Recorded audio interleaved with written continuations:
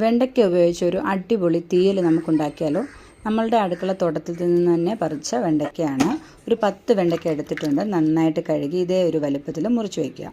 ഇനി 1/4 കപ്പ് നാളികേരം ചിരകിയത് നല്ല ബ്രൗൺ നിറത്തിൽ വറുത്തെടുക്കുക. ഈ ഒരു നിറമാകുമ്പോൾ 2 ടേബിൾ സ്പൂൺ മല്ലിപ്പൊടിയും 1 ടേബിൾ സ്പൂൺ മുളക് പൊടിയും ചേർത്ത് വീണ്ടും നന്നായിട്ട് വറുത്ത് ഗ്യാസ് ഓഫ് ചെയ്യാം. അത് നമുക്ക് ചൂടാറിയതിന് ശേഷം വെള്ളം ചേർക്കാതെ അരച്ചെടുക്കാം. ഇനി വെളിച്ചെണ്ണ ഒഴിച്ച് ഒരു 12 ചെറിയ ഉള്ളി നമ്മൾ നേരത്തെ മുറിച്ച് വെച്ചിരിക്കുന്ന വെണ്ടയ്ക്കായും ഒരു പച്ചമുളകും 1/4 ടീസ്പൂൺ മഞ്ഞൾപ്പൊടി ഇട്ട് നന്നായിട്ട് വഴറ്റുക. അതിലേക്ക് ഒരു 1/4 ടീസ്പൂൺ ഉപ്പൂടെ ചേർത്ത് കൊടുത്തിട്ടുണ്ട്. ഇനി നമ്മൾ നേരത്തെ അരച്ചാണ്, വെള്ളം ഒട്ടും ചേർക്കാതെ അരച്ചാലേ ഈ കളർ കിട്ടത്തുള്ളൂ.